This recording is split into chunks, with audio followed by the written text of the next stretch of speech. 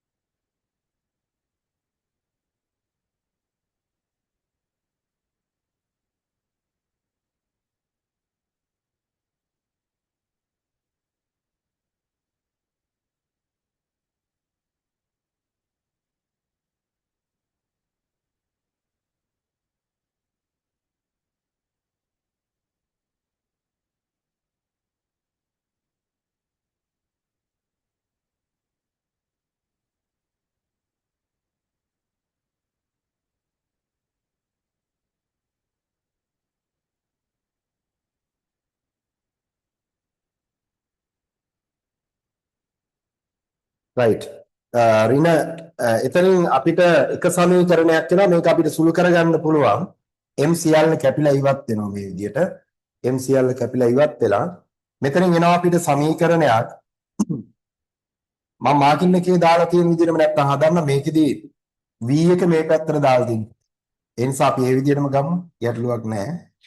මේක ඍණ ලකුණ දාමු. මාකින් එකේ තියෙන විදිහටම දාමු. නැත්තම් අර ක්‍රමයට ගත්තත් ගැටලුවක් නැහැ. right. එතනින් එනවා මේක සුළු වුණාම V2 ඍණ V1 සමානයි පොදු පදයක්. මේ සෙට් එකම අනිත් පැත්තට අරන් යන්. එතනින් එනවා මෙන්න මේ වගේ සමීකරණ. ඔය වගේ. දැන් ප්‍රත්‍යාවර්ත නිසා ප්‍රත්‍යාවර්ත කරලමයි අරන් තියෙන්නේ. right. ඊළඟ නිව්ටන්ගේ පරීක්ෂණාත්මක නියමය. නිව්ටන්ගේ පරීක්ෂණාත්මක නියම මේ දිශාවට යොදනවා. ওই දිශාව. එතෙන්දී අපිට කැමති වේගයකින් කැමති වේගයක් අඩු කරන්න පුළුවන්. මම මේ වේගයෙන් මේක අඩු කරනවා. ඒත් මේක ඍණයි. ඍණ V1යි අඩු වෙන්නේ V2 සමානයි ඍණ u වතාවක් මේ අංශයේ a වල පෙර ප්‍රවේගයේ ලැම්ඩා u ඒකෙන් අඩු කරනවා මේ වේගය. ඒක විරුද්ධ නිසා ඍණ u බෙදීම ලැම්ඩා කියලා එනවා. ඔන්න ඔය විදිහට එනවා. එසා හැම මොහොතෙම යම් වේගයකින් යම් මේ දිශාව සඳහන් කරනවා හරියට සාපේක්ෂ ප්‍රවේගය. යම් වේගයකින් තව අනිත් වේගය අඩු වෙන්න ඕන හැම මොහොතෙම නිව්ටන්ගේ පරීක්ෂණාත්මක නියමෙනි. නමුත් මෙතන ඍණාවේ ඒක ප්‍රතිවිරුද්ධ නිසා. මේකෙන් මේක අඩු කරනකොට ඍණාවේ මේක විරුද්ධව තියෙන නිසා. දැන් මේකෙන් මේක අඩු වෙනවා. අඩු වෙනකොට මේක අඩු වෙන එක අඩු වෙන්න ඍණාගය. ඒක විරුද්ධව තියෙන නිසා සලකන දිශාව. එතනින් අපිට ගන්න පුළුවන් මේ ඔක්කොම ඍණෙන් සුළු කරමු මේ ඍණත් එක්ක v1 ධන v2 සමානයි EU u පොදුවේ විතර ගත්තොත් ලැම්ඩා ඍණයි ධන වෙනවා 1යට ලැම්ඩා. මෙන්න මේ විදිහේ සමීකරණ දෙකක් එන්නේ. අපිට ඔය සමීකරණ දෙක විසඳීමෙන් v1 හොයාගත්තා නම් හරි. එහෙනම් v1 හොයන්න මේ සමීකරණ දෙක අඩු කරන්න. v2 ඉවත් වෙන්න ඕනේ. එහෙනම් දෙකෙන් එක අඩු කරමු. දෙකෙන් එක අඩු වුණොත් අවසානයේ මම සුළු කිරීමෙන් එච්චර කාලය ගන්න දෙන්න මේ වගේ අගයක් එනවා. v1 සමානයි u බෙදීම 2 ලැම්ඩා වතාවක් e ලැම්ඩා වර්ගයේ ධන e ඍණ ලැම්ඩා වර්ගයේ ධන 1. මේ සමීකරණය මේක අඩු කරන්න. v2කට v2 කැපෙනවා 2යි v1 මේක අඩු වෙනවා ධන වෙලා 2යි v2 කරනවා ඒක බෙදීමක් විදිහට අරන් ගිහලා තියෙනවා. right. අපිට කියනවා v1 ප්‍රත්‍යාවර්ත වෙනවා. v1 නැත්තම් ඒ ගෝලයේ ප්‍රත්‍යාවර්ත වෙනම් ඒ කියන්නේ අපි ප්‍රත්‍යාවර්ත කරලා ආරම්භ තියෙන්නේ. ඒ නිසා ප්‍රත්‍යාවර්ත වෙන නිසා v1 විශාලයි බිඳුව වෙනවා. එහෙනම් අපි u බෙදීම 2 ලැම්ඩා e ලැම්ඩා වර්ග ධන e ඍණ ලැම්ඩා වර්ගය ධන 1 විශාලයි බිඳුව වෙනවා. මේකෙදි 0 u ධනයි 2 ලැම්ඩා ධනයි කියලා තියෙනවා. ඒ නිසා මේ දෙක ධන නම් මේ සාධකයක් ධන වෙන්න ඕන මුළු ප්‍රකාශනයේ ධනයි. එහෙනම් e ලැම්ඩා වර්ග ධන e ඍණ ලැම්ඩා වර්ග ධන 1 විශාලයි බිඳුව වෙනවා. එතනින් අපිට ලැම්ඩා වර්ගයේ තනි කරගමු. ලැම්ඩා වර්ගයේ තනි අපි පොදුවේ උක්ත කරගත්තොත් e ඍණ 1 එනවා. e ධන 1 අනිත් පැත්තට අරන් යන ඍණ e ඍණ 1 වෙනවා. අපි මේ පදේ මෙහෙට අරන් යනවා. එහෙනම් ලැම්ඩා වර්ගය මේ පදේ මෙහෙට අරන් ගියොත් ඍණ e ඍණ 1 බෙදීම e ඍණ 1යි. උඩයි යටයි දෙකම ඍණෙන් සුළු කරන්න. එතනින් එනවා ලැම්ඩා වර්ගය මෙහෙම තිබ්බත් නමුත් උත්තරේ තියෙන නිසා මේ විදිහෙන් නෙමෙයි. නිසා උඩයි යටයි දෙකම ඍණෙන් වැඩි කරොත් එනවා ඔය වගේ අගයක්.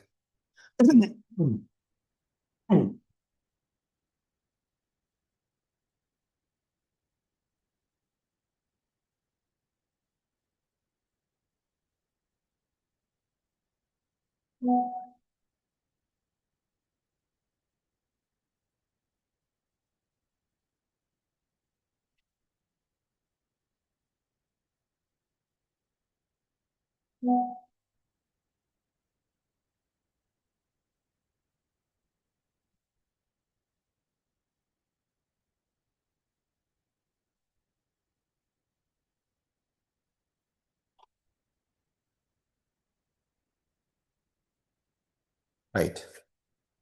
පුතේ ගැටලු මොනවා හරි තියෙනවා නම් දාන්න chat එකට.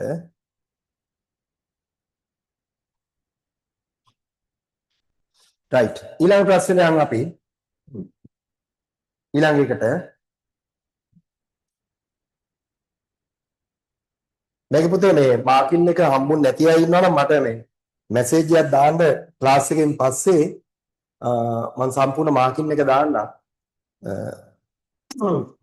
දැන් ලියා ගන්න අවශ්‍ය නැහැ මාකින් එක ලියපු නැති අය උත්තර ටික ලියන්න ඕනේ නැහැ. ඒක මේ මම නැවත මාකින් එක මේ ඔයාලා හැමෝටම ලැබෙන්න සලස්වනවා. right ඊළඟට තියෙන්නේ මේ දෛශික වල අපේ විභාගෙදී උත්තර ටිකක් අහන ප්‍රශ්නයක් මෙන්න මේ ඒකරේඛීය කතාව. ලක්ෂ 3ක් දෙනවා. ඒ ලක්ෂ 3 ඕ කියන පිහිටුම් දෛශිකයට සාපේක්ෂව එතෙන්දී අපෙන් අහන්න පුළුවන් ඒ ලක්ෂ 3 ඒකරේඛීය වන බව පෙන්වන්න ඔයගේ දේවල් අහනවා. right බලමු අපි කොහොමද ඒ වගේ එකක් හදන්නේ කියලා. ABC ලක්ෂවල පිහිටුම් දෛශික පිළිවෙල. නිසා ඔයාලට කැමති ක්‍රමයට නිකන් මේ වගේ රූපයක් ඇඳලා දාන්න. ඔයගේ A B C A වල පිහිටුම් දෛශිකය 2i ධන j B වල පිහිටුම් දෛශිකය ඍණ i ධන 2j C වල i ඍණ j කියලා දීලා තියෙනවා. right ඔන්න ඔය විදිහට පිහිටුම් දෛශික තුනක් දීලා තියෙනවා. ඒකරේඛීය නොවන බව පෙන්වන්න තියෙනවා. right ඒකරේඛීය නොවන බව. එනිසා අපි මෙතනදී යුගල් දෙක දෛශික හොයාගන්නවා. කැමැති දෛශික දෙකක්. මම AB දෛශිකේ හොයන්නම්. AB දෛශිකේ සමානයි AO ධන OB. AB දෛශිකේ හොයාගන්න. AO ධන OB දෛශික ආකල්පය දානවා. AB සමාන AO ධන OB. AO වෙනකොට මේක ඍණෙන් වැඩි වෙනවා.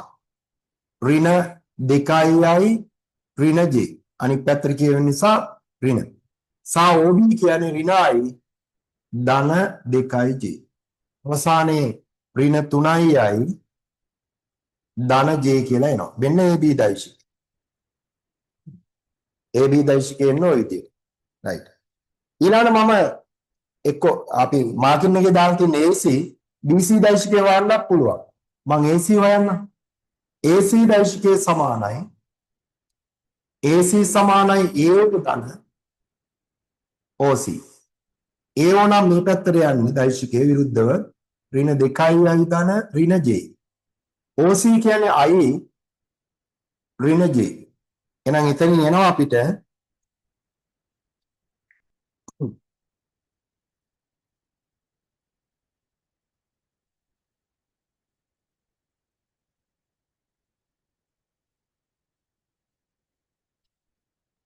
එන්න මේ විදිහට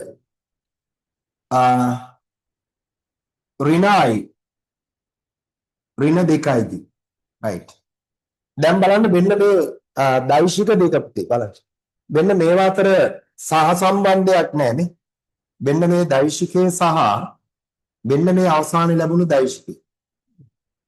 i අතර තියෙන සංගුණක අතර සම්බන්ධය 3ට 1යි. ඍණ 3ට ඍණ 1යි. සරලව ගත්තොත් 3ට 1යි. මෙතන ඉන්නේ 1ට ඍණ 2යි. එහෙනම් අනුපාත අසමානයි. ඒ නිසා අපි කියනවා ඒකරේඛීය නොවේ. එහෙනම් මේ සංගුණක අතර අනුපාත සමාන වෙන්න ඕන. ඍණ 3ට ඍණ 1 කියන්නේ 3ට 1යි. හැබැයි මෙතන 1ට ඍණ 2. එහෙනම් වෙනස්. එහෙනම් ඒකරේඛීය නොවේ කියලා ලියනවා. right. ඒකරේඛීය නොවේ. එම නිසා ඒකරේඛීය නොවේ. right. ඊළඟට දැන් දෙවෙනි අවස්ථාවේ මේ C වල පිහිටුම් දෛශිකය වෙනස් කරනවා. එහෙනම් අපි මේ විදිහ මම බලන්න අමතර විස්තරය දැන් මේ විදිහ රූප සටහන් ඇඳලා නැහැ. ඒ නිසා මේ විස්තරාත්මකව ලියා ගන්න රූප සටහන් මාකින් එකේ රූප සටහන් දීලා නැහැ. ඒවත් එක්ක නැවත සැරයක් බලද්දි තේරුම් ගන්න පුළුවන් විදිහට මේ හැම එකක්ම සටහන් කරගන්න. right. ඒ කියන්නේ මේ AB අසමානයි AC. එම නිසා ඒකරේඛීය නොවේ. සංගුණක අතර අනුපාතය. right. දෙවෙනි අවස්ථාවේදී කියනවා අර A සහ B එහෙම්ම තියෙනවා. දෛශික. A B C දෛශිකය වෙනස් වෙනවා. ඕට සාපේක්ෂව 2i ධන J. ඍණ I ධන 2යි J.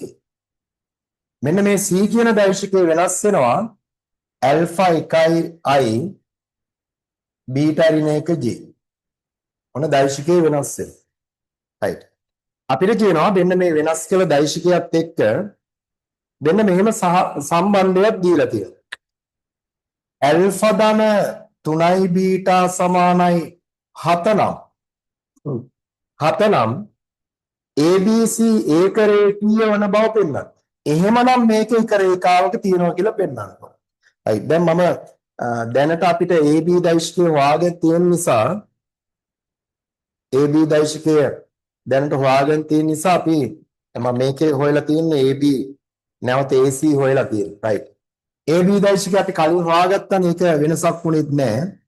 මම AB දෛශිකේ නැවත ලියනවා. ඍණ 3යි ධන J. දැන් අපි අලුත් AC හොයාගමු. එහෙනම් AC දෛශිකයේ සමානයි AO ධන OC. AO ධන OC. right. එහෙනම් AO දෛශිකය කියනකොට මේක ඍණ වැඩි වෙනවා.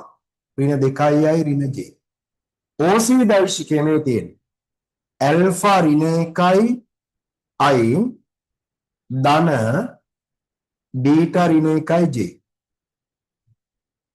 right. දැන් අපි මෙන්න මේ අතර සම්බන්ධයක් තියෙන්න ඕනේ ඒක රේඛීය මේ අතර.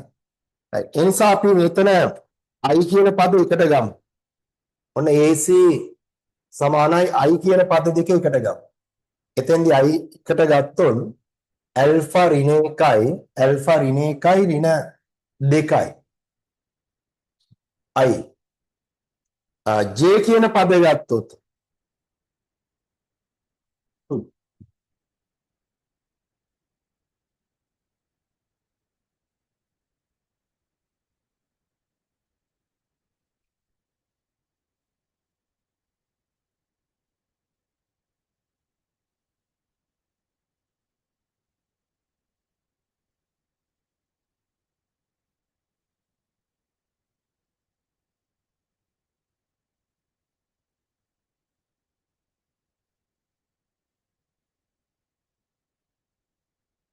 right. J කියන පද ගත්තොත් මේ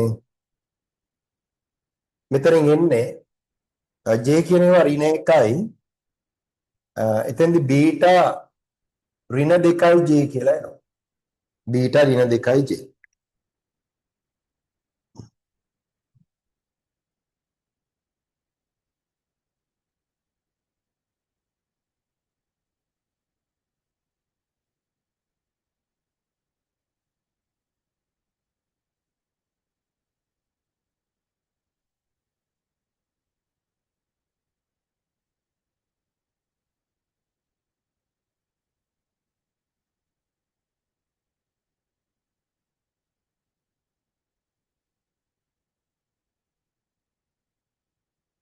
right. දැන් අපිට ඒක රේඛීය නම් දැන් මෙතන අපිට සුළු කරගන්න පුළුවන් මේ වාක්‍යයේ පොඩි ගැටලුවක් තියෙනවා බලමු මොකක්ද කියලා. මෙතන ගානේ ගැටලුවක්ද? right. ඔහොම නෙන්නේ. right. ඒක රේඛීය නම් අර මම කලින් ගත්ත අවස්ථාවේදී ඒක රේඛීය නම් අපි මේව අනුපාත එක්ක ගන්නත් පුළුවන්. දැන් අර මම අරගෙන තියෙන විදිහට ගැටලුවකුත් නැහැ. අනුපාත සමාන. ඒ කියන්නේ ඇල්ෆා ඍණ 3ට ඇල්ෆා ඍණ 3ට ඍණ 3. I වල සංගුණක අතර අනුපාතය සමාන වෙන්න ඕනේ. J වල සංගුණක අතර අනුපාතය ධන 1යි. එහෙනම් ඇල්ෆා ඍණ 3යි ඍණ 3යි බීටා ධන 6යි. මේක මේ පැත්තට යනවා ඇල්ෆා මේ පැත්තට આવත් 3යි බීටා ධන 9යි. අද 7 එන්න ඕනේ මේකේ ගානේ මේ. මං හිතන්නේ මෙතන ගැටලුව තියෙන්නේ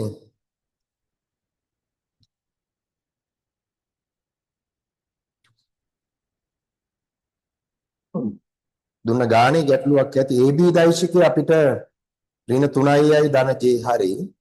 AC දෛශිකය I ඍණ 2යි J. මෙතන මයිකරම දාලා තියෙන එතනින්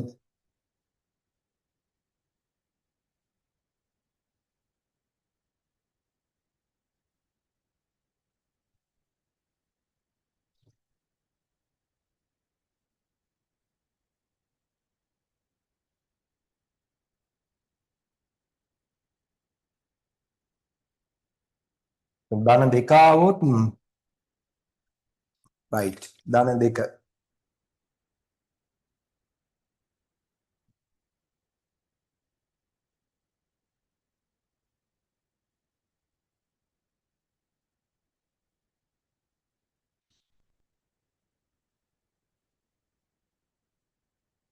right මෙතන පුතේ හදාගන්න මෙන්න මෙතන ගානේ වැරද්දක් තියෙන්නේ මෙන්න මෙතන හදාගන්න මේ OC දෛශිකයේ අපිට දීලා තියෙන ඕන OC දෛශිකේ නැත්තම් උත්තරේ එන්නේ නැහැ ඒකේ OC නැවත අර දෙවෙනි අවස්ථාවේ C වල පිහිටුම් දෛශිකය OC දෛශිකය එන්න ඕනේ ඇල්ෆා ධන 1යි I ධන බීටා ඍණ 1යි J මෙන්න මෙතන ඍණ ලකුණක් තියෙන ඒක හදාගන්න එතන පොඩි ගැටලුවක් තියෙනවා උත්තරේ එන්නේ නැහැ නැත්තම් මම ඕකේ දීලා තියෙන අනුපාත විදිහට ගන්නත් පුළුවන් නැත්තම් අර දෛශික දෙකක් සමාන නම් කිසියම් දෛශිකයක් වාරයක් දෛශිකයක් සමානයි ලැම්ඩා වතාවක් කියලා ගන්නත් පුළුවන්.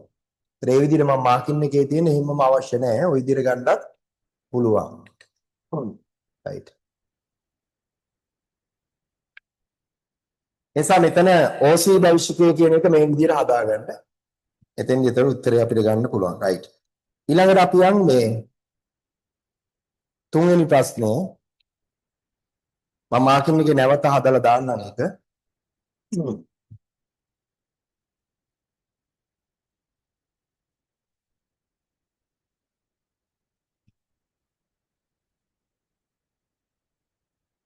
හරි. ඊළඟට වෙන කාර්ය හා ශක්තිය කියන පාඩමේ කාර්ය හා ශක්තිය ඒකත් අපිට ඇප්ලයිඩ් වල නිශ්චිතවම එන කෙටි ප්‍රශ්නයක්. මේකේ තියෙනවා තිරසට ආනතිය sin inverse 1යට m ආනතියක් ඇති කන්දක ඉහළට දුම්රියක් ගමන් කරයි. එහෙනම් අපිට පුළුවන් මේ වගේ ආනතයක් අරගෙන එහෙනම් මේ θ තමයි sin inverse 1 බෙදීම n කියලා දීලා තියෙන්නේ. 1 බෙදීම n. එතෙන්දී අපිට sin θ හදාගන්න පුළුවන්. sin θ සමානයි 1 බෙදීම n. ඔය විදිහට. දුම්රියක් ගමන් කරන විට මේ එන්ජිම උපරිම ජවයෙන් කාර්ය කරනු ලැබේ. උපරිම ජවයෙන් කාර්ය කරනු ලැබේ විට උපරිම වේගය. එතෙන්ද පුතේ උපරිම වේගය කියන අවස්ථාවේදී එනම් ත්වරණය බිඳුවයි. උපරිම වේගයේ v අපි ප්‍රකාශන බලය p කියලා ලකුණු කරමු. ප්‍රකාශන බලය p ඝර්ෂණ සහ වාත ප්‍රතිරෝධය දුම්රියේ බරෙන්. ඒතර දුම්රියේ බර දීලා නැහැ. අපි බර mg කියලා ගත්තොත් mg කියලා ගත්තොත් බර මෙන්න මේ r වල අගය දීලා තියෙනවා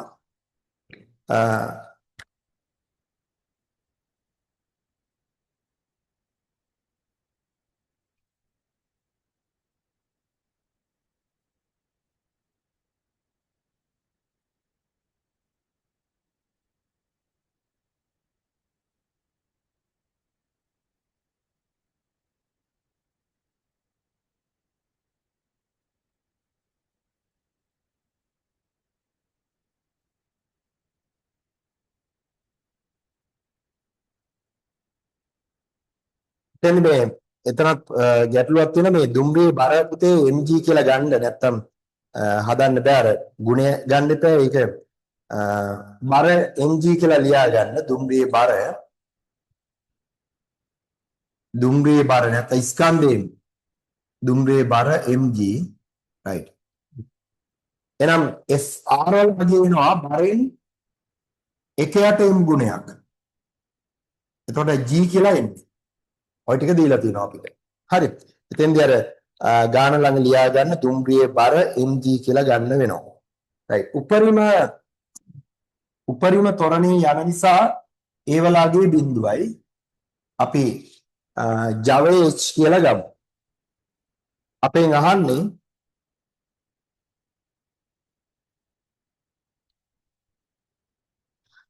මේක මෙතනින් අපි හොයාගන්න ඕනේ කාරණයක් තියෙනවා මෙතන ඉක්ෂලාගේ වාගෙන ඉන්පස්සේ කියන්නේ මේ දෙවෙනි කොටසේ මේක මේ තනිතලා භූමියක ඇදගෙන යනවා. right එහෙනම් මෙතන අපි ඉස්සරෝම මේ ඉක්ෂලාගේ වාගමු ජවයේ හොයාගමු.